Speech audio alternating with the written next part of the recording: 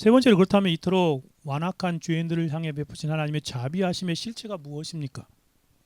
이 신비로운 자비가 오늘 사는 우리의 성도들의 삶에 어떻게 구체로 나타나고 있습니까? 첫째로 먼저 하나님의 자비가 무엇인지 생각해 봅시다. 이 자비라는 것은 단순한 동정을 넘어 정말 간장이 끊어지듯한 아픔을 동반한 깊은 컴패션, 그 동정입니다. 인정이 하나 차마 외면하지 못하는 그 긍휼 모시, 그 자비 뜻하는 것입니다. 하나님께서는 당신의 백성들을 저 멀리 보좌 위에서 엄하게 감시하는 독재자가 아닙니다. 피조물의 연약함과 고통을 당신의 가슴으로 고스란히 느끼며 깊은 동정심을 나타 대하시는 그런 의미입니다. 하나님은 당신의 백성들에게 공의로우시면서도 한없이 인자하신 그러한 만왕의 왕 통치자였습니다. 피로 값주고 사신 언약의 백성들, 권속들, 가족들에게 자기 목숨보다 자녀를 더 사랑하시는 인자하시는 그런 아버지이십니다. Gracious Father. 제가 교류에서 말했던 것처럼요. 정말 그렇습니다. 그렇다면 이 가슴 벅찬 아버지의 자비하심을 세 가지 차원에서 더 깊이 숙고해 보겠습니다. 하나님 과연 어떤 대상을 향해 이 자비를 베푸시며 그 자비의 정체가 무엇입니까? 첫째로는 구약의 완고한 이스라엘 백성에 베푸신 역사적 자비입니다. 역사적 자비. 과거의 자비요. 우리는 먼저 본문이 시인들이 그토록 절절하게 노래했던 이스라엘 민족들에 베푸신 하나님의 놀라운 초자연적인 자비를 기억해야 합니다. 2절로 가볼까요? 2절에 뭐 이렇게 표현합니다. 2절 말씀을 같이 한번 읽어볼까요? 성경 읽어봅시다. 2절. 내가 입을 열어 비유로 말하며 예로부터 감추었던 것을 드러내려 하니, 옛부터 감추어졌던 비밀한 일이라고 부르고 있습니다. 이 비밀은 다름 아닌 인간이 지독한 악조건 속에서 기어코 꽃을 피워내고야마는 하나님의 집요한 자비의 역사를 의미하는 것입니다. 그래서 그것을 쭉 언급하는 것입니다. 하나님의 자비는 이스라엘 백성들이 고분고분할 때만, 예쁠 때만 일어나는 것이 아니라 그들이 가장 완고하고 패역한 반역을 일삼을 때에도 찬란하게 빛나고 있습니다. 그들의 비참한 광야의 삶을 다시 보십시오. 바로 오늘 본문 앞절에 있는 내용 다시 한번 읽어봅시다. 30절 37절. 그러나 그들이 입을 그에게 아첨하며 자기 혀로 그에게 거짓을 말하여 이는 하나님께 향하는 그들의 마음이 정함이 없고 그 언약에 성실하여 이처럼 겉과 속이 다른 종교적 사기극을 벌이고 있는 배응망덕의 극치를 달하는 이스라엘이었지만, 바로 그 다음 구절은 반전의 놀라운 반전의 모습을 비추어 주고 있습니다. 오직 하나님은 자비하심으로. 옛날 번역이고요. 새 번역은 어떻게 되었어요? 오직 하나님은 긍휼하심으로. 그렇죠. 정말 그렇습니다. 오직 하나님 긍휼하심. 참 놀랍지 않습니까? 인간은 끊임없이 반역의 가시나무를 심었지만 하나님은 끊임없이 자비의 장미꽃을 피워내게 하시는 분이십니다.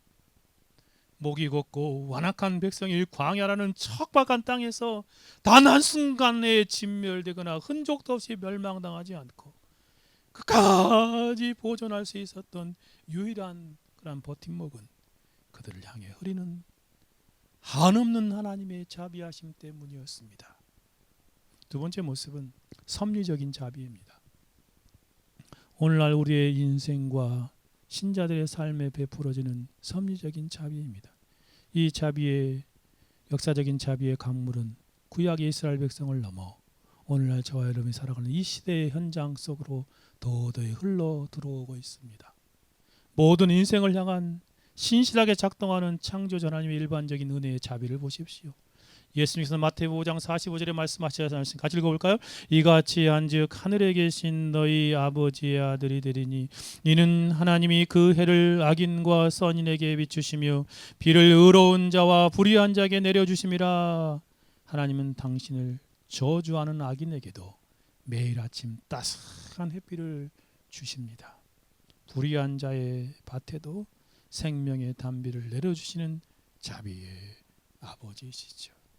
하물며 특별한 은혜 안에서 특별한 소유로 삼으신 주의 자녀들의 발걸음 속에 역사하시는 섭리하신 하나님의 자비는 얼마나 정교하고 정밀하겠습니까? 사랑하는 성도 여러분, 지난 온 인생의 뒤안길을 조용히 되돌아보십시오. 우리의 삶이 굽이치는 골짜기마다, 눈물을 흘리던 밤마다 그 속에는 하나님의 자비하심이 새겨놓은 은혜의 발자취가 가득 남겨져 있지 않습니까? 남들보다 거룩해서 여기까지 온 것이 아닙니다. 여전히 영적인 성장이 더디고 수없이 넘어지며 패역의 본성이 고개를 들 때에도 우리는 오직 우리를 용납하시는 하나님의 자비하심 때문에 오늘 이 시간까지 보존되어 살아 있을 수 있던 것이지 않습니까? 하나님의 섭리, 현재 미치는 섭리적인 자비입니다. 우리 아버지 되신 하나님은 진실로 긍휼이 풍성하신 자비의 원천이 있습니다. 세 번째는 예수 그리스도의 십자가를 통해 절정을 이루신 구속의 구원의 자비입니다. 무엇보다도 중요한 사실은 하나님의 모든 자비하심의 가장 찬란한 보석이자 탁월한 극치 절정은 바로 예수 그리스도를 통해서 우리에게 단번에 나타났다는 점입니다. 죄인을 구원하시는 거대한 구속의 여정 속에 깃든 하나님의 풍성한 자비를 묵상해 보십시오. 사도 바울은 넘어서 위대한 교리를 설명하는 1장부터 11장까지 내용을 정리한 이후에 12장 1절에서 가슴 벅찬 음성으로 이렇게 우리에게 권면하지 않습니까? 같이 읽어봅시다. 그러므로 형제들아, 내가 하나님의 모든 자비하심으로 너희를 권하노니 너희 몸을 하나님이 기뻐하시는 거룩한 산제사로 드리라. 이는 너희가 드릴 영적 예배니라. 사도가 외친 그 한마디를 주목해 보십시오. 하나님의 모든 자비하심으로 all of God's mercies, 모든 하나님의 자비하심으로 성경 역사에 나타난 모든 은혜를 뜻하지만 문맥적으로 로마서 1장 11장까지 웅장하게 기록된 이신층이 복음과 십자가의 복음의 비밀을 한마디로 압축한 표현이라고 하겠습니다. 성부 하나님께서 독생자 예수 그리스도 땅에 화목제물로 되어 오시어 성취하신 위대한 구원의 자비하심입니다. 아무런 공로도 없고 도무지 하나님이 인정하실 만한 의라고는 찾아볼 수 없는 마른 뼈와 같은 죄인들을 향해 십자가의 보혈로 거저 의롭다 칭해 주시는 주권적인 구속의 자비입니다. 십자가는 의가 파산해버린 비참한 인생들을 향해 베푸시는 하나님의 자비의 극치이자 완전한 자비의 완성입니다. 하나님의 자비는 칼빈의 표현처럼 하나님의 자비는 단순히 우리 죄를 덮어주는 것에 그치지 않습니다. 그 자비는 우리를 그와 같이 올려버려주지 않습니다. 성령을 보내셔 감히 창조주를 향해 아바 아버지라고 부르게 하시는 친밀한 사랑의 연합으로 우리를 이끄는 자비입니다. 이게 그리스도의 자비이죠. 그렇습니다. 주님은 우리를 영적인 구하로 내버려두지 않습니다. 성령의 띠로 우리를 묶고 아바 아버지라 부르게 하셨고 지금 이 순간에도 우리를 위해 친히 단식하며 간구하고 계십니다. 마침내 거친 세상의 항해를 끝나는 날 장차 여러분을 눈물도 고통도 없는 안전한 천국에 기어코 들어가게 하실 그 하나님의 말로 다할 수 없는 영원한 자비를 믿음으로 바라보십시오. 참으로 우리 하나님께서는 과거에 저와 여러분에게 모든 자비하심을 베풀어 주셨고 지금 이 고단한 현실 속에서도 베풀어 주시고 계시며 앞으로 다가올 영원한 미래에도 변함없이 풍성하게 베풀어 주시는 신실한 구원자가 베풀어 준 자비이십니다. 이 정리해 보면 하나님의 3대 자비의 경륜을 우리가 보게 되죠. 구약의 역사에 나타난 하나님의 자비 보존하심입니다. 오늘의 섭리적인 자비 인도하심의 자비입니다. 십자가 구속의 자비 최종적인 완성의 자비입니다. 그러므로 이 위대하고 압도적인 하나님의 자비하심을 마주한 성도의 마땅한 반응은 오직 하나여야 할 것입니다. 내 남은 평생 동안 오직 자비하신 하나님만을 삶의 주인으로 인정하고 그분의 이름을 높여 찬양하는 삶을 살아야 합당할 것입니다. 시편 기자의 고백과 사도 바울의 뜨거운 찬송과 소명이 오늘 이 시간 저와 여러분의 하나님의 자비를 깨달은 저와 여러분의 평생의 고백이 되기를 바랍니다.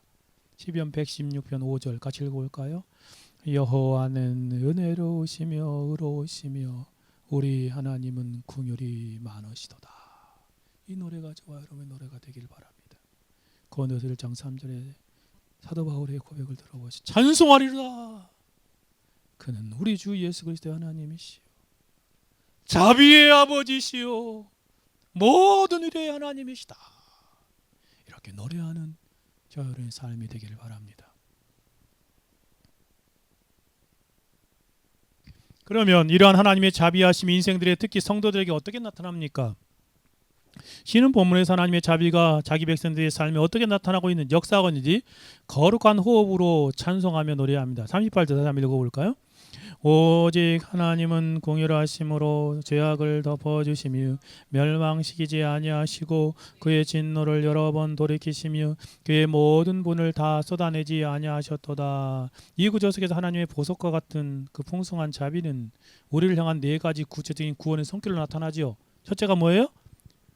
우리의 모든 뭘요? 죄악을 사해 주신다. 죄사함의 자비입니다. 자비하신 하나님께서는 배반으로 얼룩진 우리의 죄악을 도말하시고 깨끗이 씻어주십니다. 인간의 어떠한 자격이나 조건에 기댄 것이 아니라 하나님의 전적인 은혜이자 그분의 주권적인 통치입니다. 성령께서는 성령의 하나님의 감동 안에서 사도 요한은 이 사죄의 은총을 다음과 같이 선포하지 않습니까? 요한일서 1장 7절 9절 같이 읽어볼까요? 그가 빛 가운데 계신 것 같이 우리도 빛 가운데 행하며 우리가 서로 사귐이 있고 그 아들 예수의 피가 우리의 모든 죄에서 깨끗하게 하실 것. 만일 우리가 죄가 없다고 하면 스스로 속이고 또 우리가 죄가 있지 아니할 것이라. 만일 우리가 죄를 사백하면 그는 미보시고 우리 죄를 사시며 모든 불의에서 깨끗게 하실 것이라. 하나님의 죄 용서의 은혜의 메커니즘은 인간의 가득한 아첨 그에도 불구하고 하나님의 더 큰 자비가 예수의 피로 말미암아 모든 죄 그 불의를 깨끗하게 씻음으로 나타난다는 그런 고백입니다. 스펄전의 그런 표현처럼 사람들의 입술에는 독사의 아첨과 거짓이 가득하지만 만군의 여호와의 가슴에는 파도보다 깊은 자비가 가득합니다. 그리고 주님은 인생들을 불쌍히 여기셨습니다. 그들이 드린 위선적인 눈물이나 조건적인 회개가 엿버서 용서한 것이 아니라 하나님의 스스로가 자비의 원천이 되시기에 비참한 존재들을 불쌍히 여기심으로 주권적으로 작정하시고 그들의 죄악을 사한 단번에 용서하신 하나님이십니다. 두 번째 하나님의 자비의 모습이 무엇입니까? 우리를 디스토리 멸하지 아니하십니다라는 것입니다. 하나님의 백성들이 주님을 대적하여 범죄할 때 공의의 법대로 따라 거룩한 진노와 징계의 채찍이 가해진다는 것은 당연한 이치입니다. 그러나 자비의 아버지는 매를 대실지언정 자녀의 생명을 끊어내는 멸망으로 몰아가시지 않습니다. 주님의 진노의 먹구름 속에서도 궁일의 무지개를 잊지 아니하시는 분이심을 노아의 왕주의 사건을 통해서 우리는 보게 되지 않습니까? 돌봄의 사건을 통해서도 하나님께서 진노중에라도 궁일을 잊지 아니하시는 하나님이십니다. 마태복음 9장 13절 같이 읽어볼까요? 너희는 가서 내가 궁일을 원하고 제사를 원치 아니하노라 하신 뜻이 무엇인지 배우라. 나는 의인을 부르러 온 것이 아니요 죄인을 부르러 왔노라. 그렇습니다. 히브리서 8장 12절에 그렇게 말하면 내가 그들의 불의를 궁일히 여기고 불의에 대해 자비를 베푼다는 거죠. 그들의 죄를 다시 기억하지 아니하리라. 공의의 법대로 하면 우리는 벌써 흔적도 없이 사라져 버렸을 것이 마땅합니다. 저와 여러분 그런 존재이지 않습니까? 그 하나님의 자비의 손길이 우리를 붙들어 파멸의 벼랑 끝에서 건져내시는 분이 있습니다. 세 번째 모습입니다. 세 번째 자비는 뭐예요?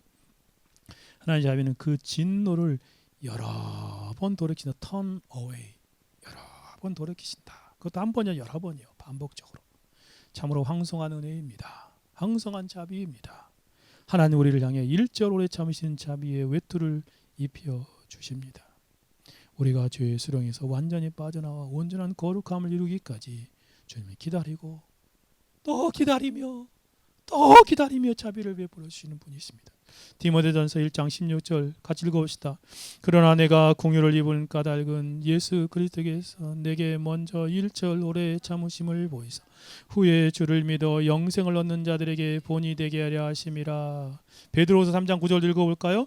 주의 약속은 어떤 일이 더디다고 생각하는 것 같이 더딘 것이 아니라 오직 주께서 너희를 대하여 오래 참으사 아무도 멸망하지 아니하고 다 회개하기 이르기를 원하시느니라.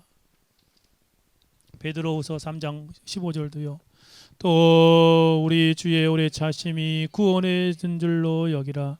우리가 사랑하는 형제 다울도 그 받은 지혜대로 너희에게 이같이 썼고 참으로 그렇습니다. 하나님은 돌이키시는 자비 정말 우리 가운데 분명히 보여주고 계십니다. 존 스트릭랜드라는 분이 이것을 이렇게 설명하더라고요. 사람들은 매일 아침부터 저녁까지 하나님께 새로운 죄를 보태지만 계속 짓잖아요. 하나님은 노하기를 더디하십니다. 때때로 오만 심판의 손을 노업에 드시고 이 패악한 백성을 멸하리라 작정하셨다가도 다시금 심장의 궁율이 불타올라 그 손을 거두십니다. 이는 마치 날마다 배은망덕하게 반역하는 방탕한 아들에게 매를 치려다가도 그 자식이 채 용서를 구하기도 전에 가슴이 미어져 매를 던져버리고 안아주는 아버지의 심정입니다. 계속해서 이스라엘은 가증하게 아첨하며 언약을 깨뜨렸으나 하나님은 달랐습니다. 인간은 죄의 죄를 더하였으나 하나님은 자비의 자비를 더하십니다. 은혜 위에 은혜로라 그렇게 말씀하잖아요. 그렇죠?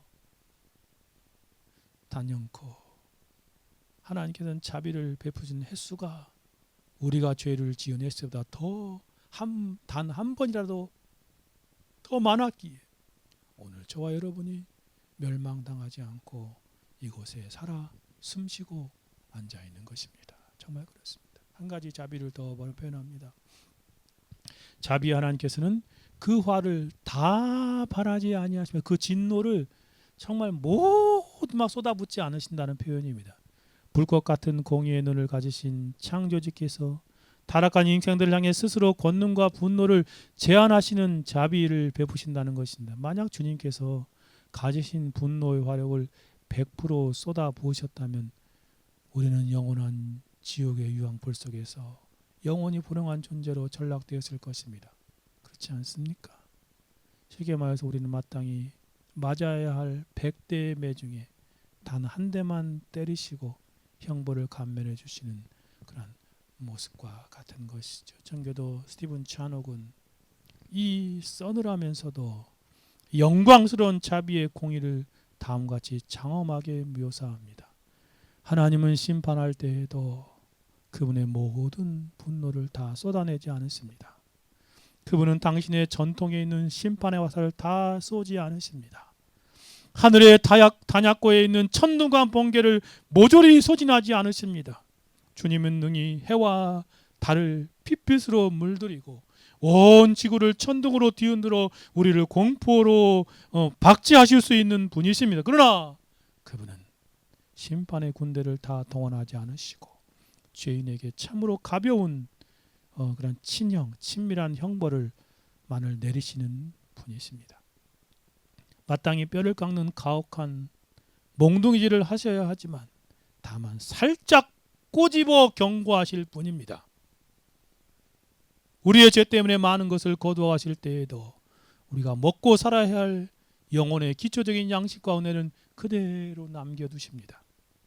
만약 그분이 너를 다 바라셨더라면 우리에게는 소유도 가정도 생명도 단 한 조각도 남아있지 않을 것입니다. 하나님은 화를 다 바라지 않으시는 분이십니다. 여기서 우리는 한 가지 근본적인 질문이 등장하지요. 공의로우신 아버지께서, 그 정말 공의로우신 하나님께서 어떻게 죄인을 향해 이렇게 진노를 거두시고 자비를 베풀어 주시는 것입니까? 아무런 법적인 근거도 없이 무조건 죄를 덮어주신다면 하나님은 더 이상 공의로운 재판장이 되실 수 없을 것입니다. 하나님은 불의한 분이 아니십니다. 하나님의 공의의 칸날을 거두시고 우리에게 그 풍성한 자비의 생명을 부어줄 수 있는 유일한 공로와 합법적인 근거가 무엇입니까? 그것은 오직 독생자 예수 그리스도 때문에 그렇습니다. 이 놀라운 자비의 법적 근거는 오직 예수 그리스도의 십자가 덕분입니다.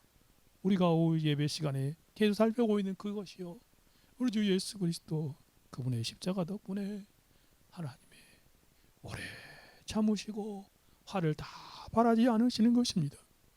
예수께서 우리가 지은 모든 배역과 더러운 아첨의 죄악을 짊어지시고 우리가 받아야 할 모든 저주와 진노를, 심지어 지옥의 형벌의 진노까지 십자가에서 홀로 그 몸에 100%다 받으셨기에, 다 짊어지셨기에 하나님은 우리에게 그 그리스도 때문에, 그리스도의 그러한 공로 덕분에 우리에게 자비를 베풀어 주시는 것입니다. 그것을 사도 바울은 로마서 3장 24절 26절에 그렇게 표현하지 않습니까? 같이 읽어봅시다.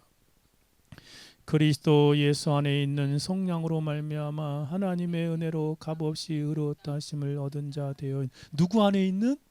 그리스도 예수 안에 있는. 그 예수 안에 있는 성령이 뭔데요? 25절입니다.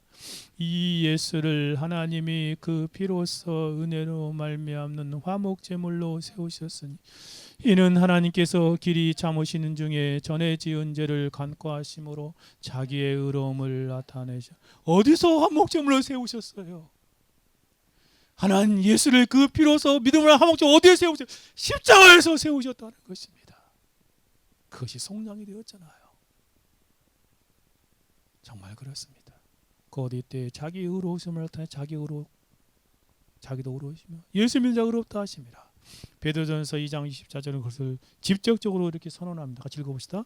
친히 나무에 달려 그 몸으로 우리 죄를 담당하셨으니 이는 우리로 죄에 대하여 죽고 의에 대하여 살게 하려 했습니다. 그가 채찍에 맞음으로 너희가 나음을 얻었습니다. 친히 나무에 달려 그 몸으로 우리 죄를 담당하셨기에, 그래서 하나님이 내리시는 100% 모든 진노와 저주를 다 받으신 것입니다. 여기서 구속의 위대한 역사를 보게 되지 않습니까? 우리가 받아야 할 저주와 진노, 예수님께 십자가에서 다 받으시고 대속하셨습니다. 그리고 우리에게는 그리스도 안에서 무한한 자비를 부어주신 하나님이십니다. 진실로 그렇습니다. 십자가는 공의와 자비가 만나 거룩하게 입맞추는 구원의 성소입니다. 거룩한 장소입니다. 예수 그리스도에서 깨어진 몸과 흘리신 피가 있었기에 우리는 진노의 대상에서 자비의 대상으로 옮겨졌습니다. 하나님이 이제 우리를 정죄하는 재판장이 아니라 한없는 긍휼과 사랑으로 꼭 안아주시는 자애로우신 자비로우신 아버지가 되신 것입니다. 자비하신 하나님의 풍성한 사랑의 영역 안에서 살아가는 성도들이여, 나를 살려낸 이 위대하고 눈물겨운 하나님의 자비하심을 더 깊이 생각하고 묵상하십시다. 단지 머리로만 지시고 하는데 멈추지 말고 우리의 메마른 가슴, 메마른 삶의 자리에서 이 하나님의 풍성한 자비를 뜨겁게 경험하고 감격하며 고백하게 되기까지 자비하신 하나님을, 그리스도에 나타난 이 놀라운 자비를 심령 골수에 새기고 또 새기는 복된 삶으로 살아가기를 바랍니다. 주님은 자비는 긍휼이 풍성하신 하나님이십니다. 우리 주 예수 그리스도 덕분에요.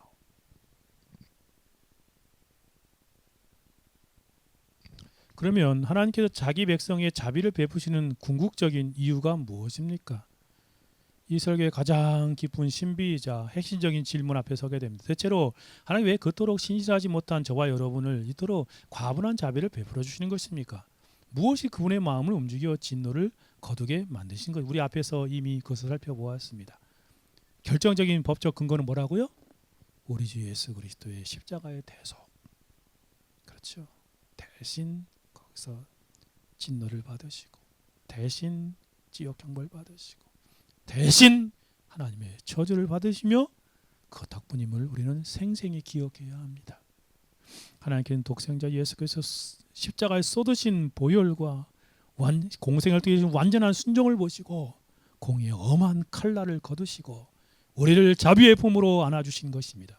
이것이 우리 구원의 가장 거대하고 영원한 반석입니다. 그러나 오늘 본문의 시인은 이에 더해 하나님의 심장 한가운데 자리 잡고 있는 또 하나의 구체적인 이유를 우리에게 조심스럽게 꺼내어 보여줍니다. 39절을 배반을 일삼는 이스라엘 백성들을 향한 하나님께서 자비의 손길을 내밀 수밖에 없는 눈물겨운 이유를 가감없이 폭로합니다. 같이 한번 39절 읽어볼까요? 그들은 육체이며 가고 돌아오지 못하는 바람임을 기억하였습니다. 이 짧은 한 구절 말씀 속에서 공의의 재판장이신 우리 하나님께서 우리를 끝내 멸망시키지 않고 자비의 눈물로 품어주시는 네 가지 깊은 이유, 영적 이유가 담겨 있지 않습니까? 짧게 생각해 보십시다. 같이 읽어보. 첫째, 하나님은 우리를 결코 기억에서 지우시지 않으시기 때문입니다. 그 전제는 누구예요? 예수 그리스도 안에서 그렇죠. 우리를 향한 자비의 출발점은 하나님의 신실하신 remember, 기억하심에 있습니다. 이 인간은 하나님의 은혜를 안개처럼 너무나 쉽게 잊어버리지만 하나님 반역하는 자기 백성이라 할지라도 결코 잊지 않으시고 가슴에 깊이 새겨두시는 것입니다. 예수 그리스도가 그렇게 하시는 것이죠. 스펄전이 이 신비로운 기억 장엄하게 이렇게 선포합니다. 인간은 비참하게도 하나님을 까맣게 잊어버렸으나 여호와 하나님이 도리어 그들을 기억하셨습니다. 그분은 인생이 진토와 흙으로 만드는 가냘픈 존재임, 결국 썩어 없어질 소멸한 존재임을 너무나 잘 아셨습니다. 하나님께 우리 죄를 정당하다고 용납하신 것이 결코 아닙니다. 다만 사람이 얼마나 깨지기 쉬운 존재인가를 잊지 않으시고 그것을 도리어 자비를 베푸시는 절박한 이유로 삼으신 것입니다. 만군의 여호와께서 어찌하여 자기 백성에게 자비를 베푸시고 불쌍히 여기실 이유를 당신 스스로에게 찾아내고야 마시는 사랑의 아버지이십니다. 전제는 누구라고요? 예수 그리스도 안에서. 그렇죠. 둘째, 하나님의 인생이 깨지기 쉬운 육체임을 아셨습니다. 여기 시인이 고발한 육체, 플레스라는 단어는 단순히 생물학적인 몸을 그런 뜻하는 것이 아닙니다. 이는 아담의 타락 이후에 죄악의 무거운 인력에 끌려 살 수밖에 없는 본질적인 부패와 타락, 윤리적 그런 도덕적 연약함을 상징하는 것입니다.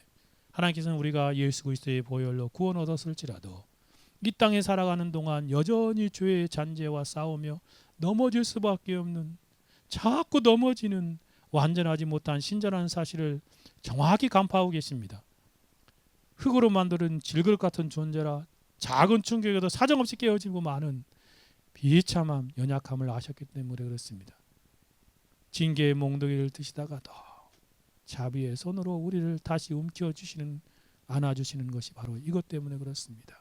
셋째는 하나님 우리는 순식간에 사라지는 바람, breath, 한숨이죠. 한숨 같은 존재임을 아셨기 때문에 그래요.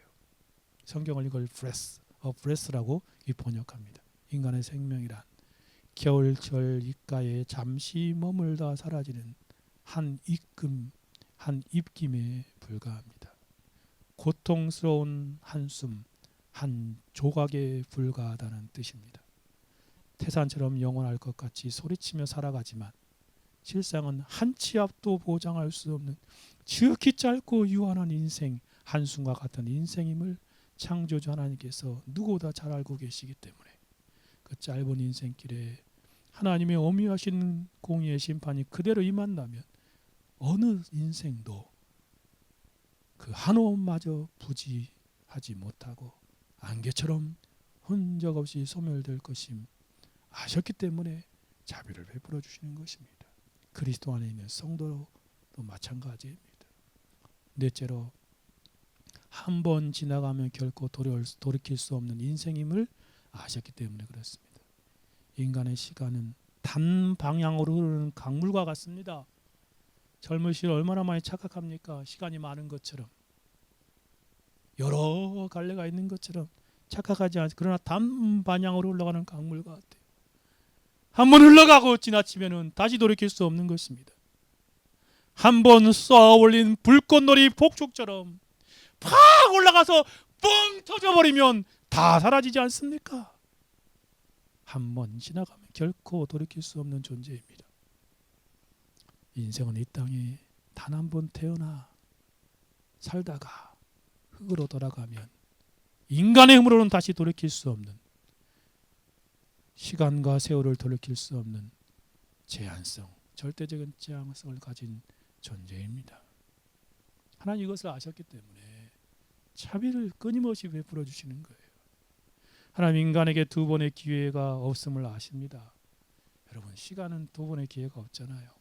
저도 인생을 돌아보면 그때 그랬으면 좋았을 걸 그러지만 없습니다.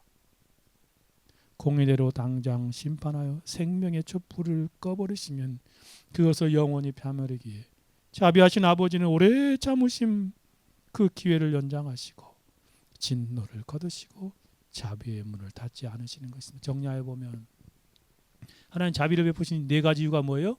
인간임을 기억하셨다. 육체 연약함을 아신다. 한숨 같은 브레스 같은 바람 같은 존재, 돌이킬 수 없는 인생. 주 안에 사랑하는 여러분, 이 얼마나 가슴 저미는 하나님의 자비요 사랑입니까? 우리가 하나님 앞에 내세울 수 있는 것은 아무것도 없지 않습니까? 의로운 행실이 아니라 아니라기도 철저한 무력함과 비천함과 연약함뿐입니다.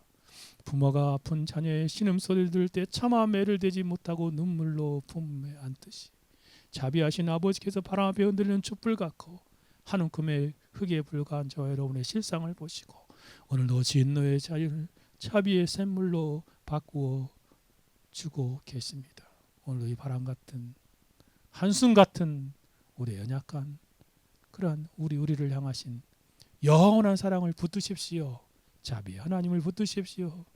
그 앞에 그분을 붙들고 주는 자비하시도다 찬송하고 성축하며 감격으로 사는 저와 여러분이 되길 바랍니다. 말씀을 정리하고 적용하고 설교를 마치고자 합니다. 주 안에 사랑하는 성도 여러분, 오늘 오직 하나님은 긍휼히 자비하심으로 긍휼하심으로 이 말씀을 살펴보았습니다.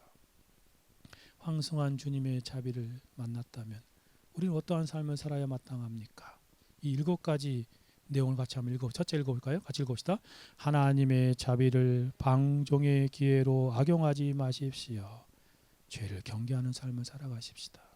둘째요, 자비의 보좌 앞에서 항상 상한 심령으로 즉시 회개하십시다. 회개하는 삶을 살아가십시오. 공의의 자비의 아버지는 참되게 회개하고 동의하는 걸 결코 면하지 않습니다. 셋째로요, 성령의 도우심으로 정한 마음을 사수하고 언약을 신실하게 붙드십시다. 그렇습니다. 고든 마음, 변하지 않는 마음, 성령의 도움으로 구하고 살아가십시다. 말씀 붙들고. 넷째로요, 매일의 삶 속에서 하나님의 자비를 깊이 묵상하고 소망합시다. 소망하고 묵상하는 삶. 다섯 번째는요, 입술을 열어 하나님의 자비를 영원히 찬양하고 산 제물의 예배를 드립니다. 여섯 번째는요, 내가 받은 자비를 이 세상에 그대로 드리는 자가 되십시다. 자비와 긍휼을 드러내는 삶, 긍휼히 여기는 삶의 모습입니다. 하나님 우리에게 1만 달란트 죄를 탕감해 주었기에 100대 나라온 죄를 지은 그 영혼들을 향하여 용서하고 자비를 베푸는 삶을 살아갑시다. 원수까지 살아가는 삶의 모습입니다. 7번째는요. 절망의 수렁에 빠진 이들에게 하나님의 자비를 전파합시다. 이 세상에 필요한 것은 하나님의 자비입니다. 세상은 몰라서 멸망으로 가지만 그들에게 자비를 선포하고 자랑합시다. 우리가 이 땅을 걷는 영적인 순례의 길은 우리의 힘이 아닌 오직 하나님의 자비하심이라는 내일 위에 달려가는 여정입니다. 주님 안에 사랑하는 성도 여러분, 우리가 이 거친 광야길을 걸어가는 동안 우리를 먼저 찾아오신 하나님의 자비를 날마다 깊이 묵상하고 경험합시다. 그리하여 날마다 통회함으로 자복하고 뜨겁게 찬송하며 오직 주님만을 소망하고 그 거룩한 자비하심을 세상까지 전파하는 왕같은 제사장들이 되기를 바랍니다. 오직 하나님은 긍휼이 풍성하신 그 근원이 원천이 우리 주 예수 그리스도와 그분의 십자가임을 알고 하나님의 자비를 찬양하는 저와 여러분의 삶이 되기를 간절히 바랍니다. 같이 한번 기도합시다. 들은 말씀 생각하며 기도합시다. 하나님, 오늘 우리에게 하나님의 자비하심을 말씀해 주시는데 우리가 그 자비를 붙들고 이 땅을 살게 하옵소서. 더 깊이 묵상하고 그것을 붙들고 하나님의 자비를 감격으로 살아가게 같이 한번 기도합니다. 거룩하시고 자비로우신 하나님 아버지, 오직 하나님은 공의하심으로 죄악을 덮어주시며 멸망시키지 아니하시고 그의 진노를 여러 번 돌이키시며 그 분노를 다 쏟아내지 아니하신 육체이며 가고 타서 돌아오지 않은 바람임을 기억하시고 우리 주 예수 그리스도 안에서 그 풍성한 자비를 베풀어 주시는 하나님 아버지 감사합니다. 하나님의 자비를 방종의 기회로 삼지 않고 경계하는 삶을 살아갈 수 있도록 도와주옵소서. 오 하나님 아버지, 하나님의 자비 앞에서 항상 상한 심령으로 통회하며 회개하는 삶을 살게 하여 주옵소서. 성령이여 우리를 도와주셔서 정한 마음을 허락하여 주시고 언약을 신실하게 붙들고 하나님의 자비를 붙들고 살아가게 하옵소서. 우리가 매일 지속되는 삶 가운데 하나님의 자비를 묵상하게 하시고 감격하게 하시고 소망하는 삶을 살아갈 수 있도록 도와주옵소서. 입술을 열어 하나님의 자비를 영원히 찬양하고 송축하는 그런 자비를 붙들고 예배하는 삶을 살게 하여 주옵소서. 하나님, 내가 받은 이 놀라운 하나님의 자비를 우리의 삶의 현장 가운데 드러내게 하시고 하나님의 자비를 전파하는 삶을 살아갈 수 있도록 아버지 도와주옵소서. 우리 주 예수 그리스도 안에서 우리에게 베푸신 놀라운 하나님의 자비를 송축하며 찬송하옵나이다. 자비로우신 하나님 홀로 영광 받으시옵소서. 주 예수 그리스도의 이름으로 기도 올려드리옵나이다.